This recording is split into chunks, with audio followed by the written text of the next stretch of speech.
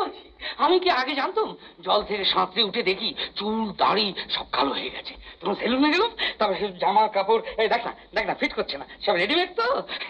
বদনা তো সব জানে, ও থাকলে আমাকে কিছু বলতেই হতো না। বেরিয়ে যাও এখান থেকে। বাবা শোনা চাঁদ ছেলে, বাপকে বলছে বেরিয়ে যায় এখান থেকে। Idiot idiot? হ্যাঁ তো ইডিয়েট। তোমাকে মাকে নাকি কেন বিশ্বাস না হয় আপনার? তোর মাকে ডাক। দেখেছিস রমেশ? হ্যাঁ। কিরম ধাপে ধাপে এগুচ্ছে? হ্যাঁ। দেবো গলা ধাক্কা দিয়ে পার করে। দাদা শোনো, অত ফিস ফাস করার কি আছে? চেঞ্জে পাঠিয়েছিস, চেঞ্জ হয়ে এসেছিস। ডাক্তার পুলিশ এখানে মেরে পার করে দেবো। ওদের ভুলটা বানিয়ে দিয়ে যাও। ক্ষমতা মেয়েদের ডাকবেন না, অসভ্য কোথাকার।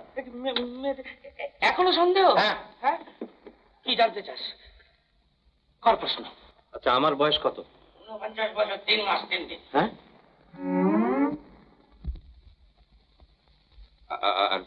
আমার পোশাকে 54 পড়বি। আরো শুনবি? বিভূতির বাঁ দিকে জড়ুল, সাথীর চোখ কাটা, ভারতের ঠোঁট পুড়ু, বড় বউয়ের গলার আওয়াজ খেড়ে খেড়ে, ছোট বউয়ের হাতের একটা আঙুল মাকা, আর তোর মায়ের ঘাড়ে আঁচিল। যা মিলিয়ে নে, যা।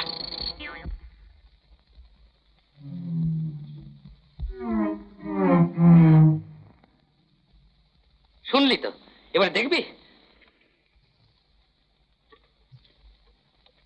এটা তোদের বাপ তো? নে, মিলিয়ে নে। কেমন? দেখুন, ওটা বাবাটা রাখুন। পুকুরটা দেখাতে পারবেন? পুকুর?